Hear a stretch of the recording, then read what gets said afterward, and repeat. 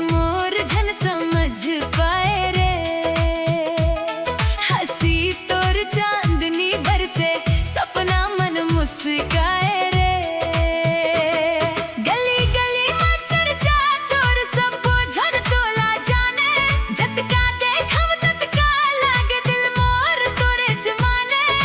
धीरे धीरे धड़कन बढ़ गे नाम तोरे गुनगुनाए। मोर जिंदगी के हर एक रास्ता तोर दुआर ले जाए। दिल में मोर आग लगाए रे।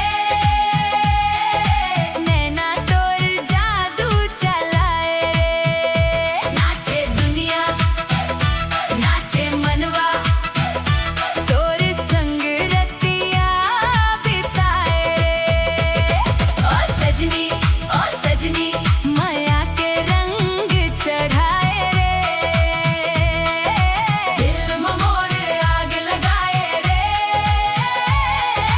नैना तोर जादू चलाए रे।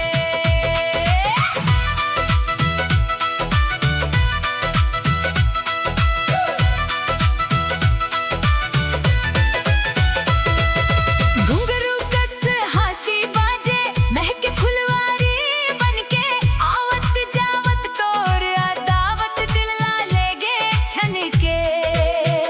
बरखा बूंदा ठंडी हवा सब वो गीत सुना थे। तोर संग रहिबो जन्म जन्म मनिए बात बता थे। यो सीजी के गली में आज धूम मचाबो। बीट के संग मिलके धूम दिखाबो। दिल के कहानी ला